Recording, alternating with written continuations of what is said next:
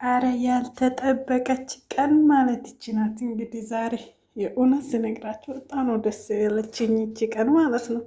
ሰላም ሰላም፣ ውድና የተከበራችሁ የቻናል ቤተሰቦቼ እንዴት ናችሁ? እኔ ደህና ነኝ፣ እግዚአብሔር ይመስገን። ሁሉ ሰላም፣ ሁሉ መልካም፣ እግዚአብሔር ይመስገን። እኔ ጋር ሁሉ ሰላም፣ ሁሉ መልካም ነው። ለዚህ ቤት አዲስ ከሆናችሁ ደግሞ ሰብስክራይብ፣ ላይክ ማድረግ እንዳትረሱ። ቪዲዮ ልክ ስትጀምሩ ላይኳን የተጫናችሁ ጀምሩ እያልኩ ብቅ ብዬላችኋለሁ።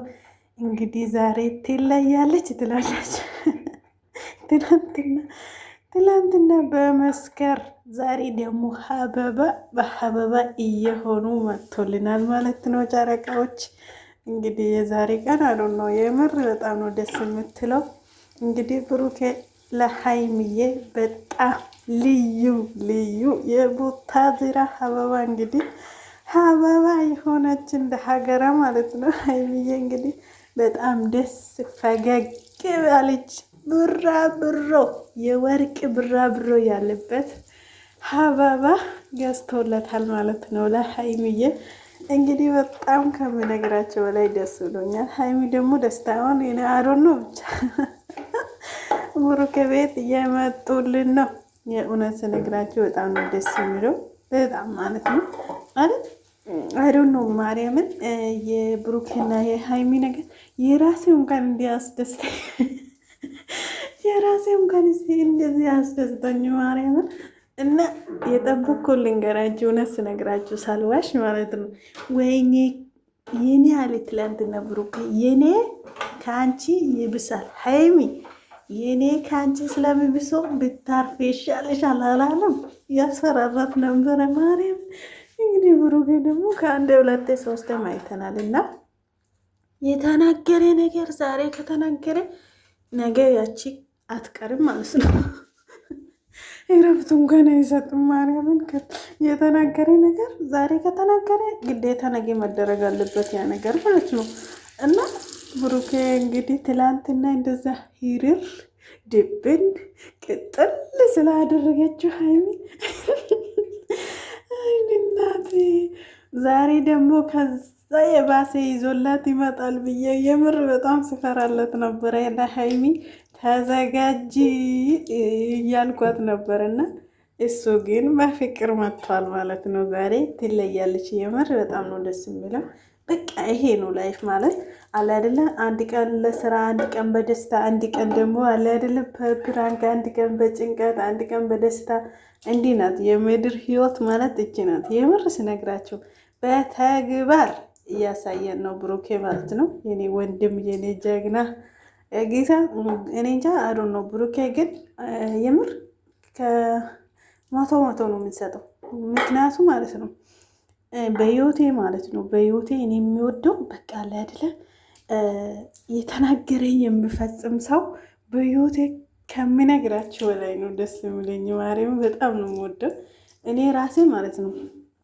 አንድ ነገር ማድረግ ከፈለግኩ ወይኔ ዛሬ ካሰብኩ ማለት ነው ነገ ካላደረግኩ አእምሮ እረፍት አያገኝም። ማርያም ተኝቼ አላድርም። በቃ ያ ነገር እስኪፈጽም እስኪያድርግ ድረስ አሁን ለምሳሌ ማለት ነው የሆነ ነገር ይገዛለሁ ብዬ ካሰብኩ ያቺ ነገር ከዚቼ እጄ ሳላስገባ ወይም ደግሞ ሳላስቀምጣት ምግብ እንኳን አይበላልኝ 24 ሰዓት ከአእምሮ አይወጣም። እና ብሩክም እንደዛ አይነት ጸባይ ስላለ በጣም ነው ደስ የሚለኝ። ማርያምን ከመቶ ስንት ፐርሰንት መሰላችሁ ዛሬ ማለት ነው የተናገረኝ ነገር የሚፈጽመው ሰው በጣም ጥቂት ናቸው። በጣም ይናገራል ግን ቦታው አይገኝም። ይናገራል ግን ያ ነገር አይፈጽምም።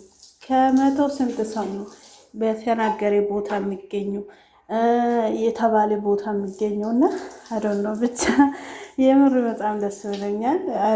ማርያምን ከምነግራቸው በላይ እንግዲህ ትላንትና ፈታ በሚለው ቪዲዮ ነው መጣቻ እንዳያችሁ ከሆነ ዛሬ ደግሞ ከዛ የባሰ ብሩኬ በጣም ያስናና በጣም ፍቅር እየተጫወተ መጥቷል ማለት ነው። ደግሞ ሀበባው ሲያምር እናንተ አንድ ጥያቄ ልጠይቃችሁ እግዚአብሔርን ሴቶች ስንባል ማለት ነው ለምንድን ነው ሀበባ የምንወደው? ማርያምን እኔ ማለት ነው ምግብ እንኪ ከምልኝ ማለት ነው እንኪ እጅን ሀበባ ብሎኝ ደስ ይለኛል። ለምን እንደሆነ ያላቅም ማርያምን ተሰርቶኝ አያውቅም። በነገራችን ላይ በህይወቴ ግን እንዴት እንደምወደው ብነግራችሁ አልችልም። ማርያምን ለምን እንደሆነ አላውቅም። ርቦኝ ማለት ነው ምግብ እንኬ ከምሉኝ አንቺ አበባ ብሉኝ ደስ ይለኛል። እና እኔ ብቻ አይደለም በነገራችን ላይ ብዙ ሴቶች ናቸው አበባ የሚወዱትና ለምንድን ነው የሚለው ነገር ደግሞ ጥያቄ ይፈጥርብኛል። ለራሴ ጥያቄ ይፈጥርብኛል።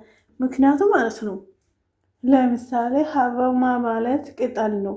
ለምንድን ነው ትኩረታችን ወይም ደግሞ አእምሯችን የሚስበው? ይሄ ነገር ጥያቄ ሆንብኛል። ልየት የሚያደርገው ደግሞ በህይወቴ ሴቶች ብቻ ነው አብዛኛው የሚወዱት አበባ ለምን የምለው ነገር ብዙ ጊዜ ራሴን ጠይቄ መልስ አላገኘሁትም ማለት ነው።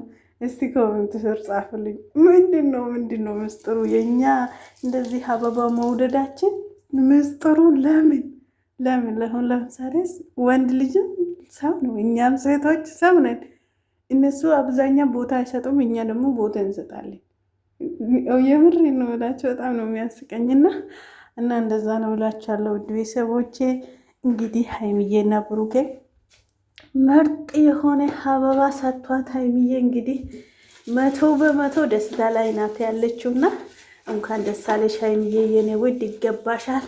ይሄ ሲያንስሽ ነው ለአንቺ ወይ ለአንቺ አሮን ነው ብቻ ይሄኔ ቆንጆ ወርቅ የሆነ አበባ ብሰጥሽ እኔ በጣም ነው ደስ የሚለኝ ሀይሚዬ።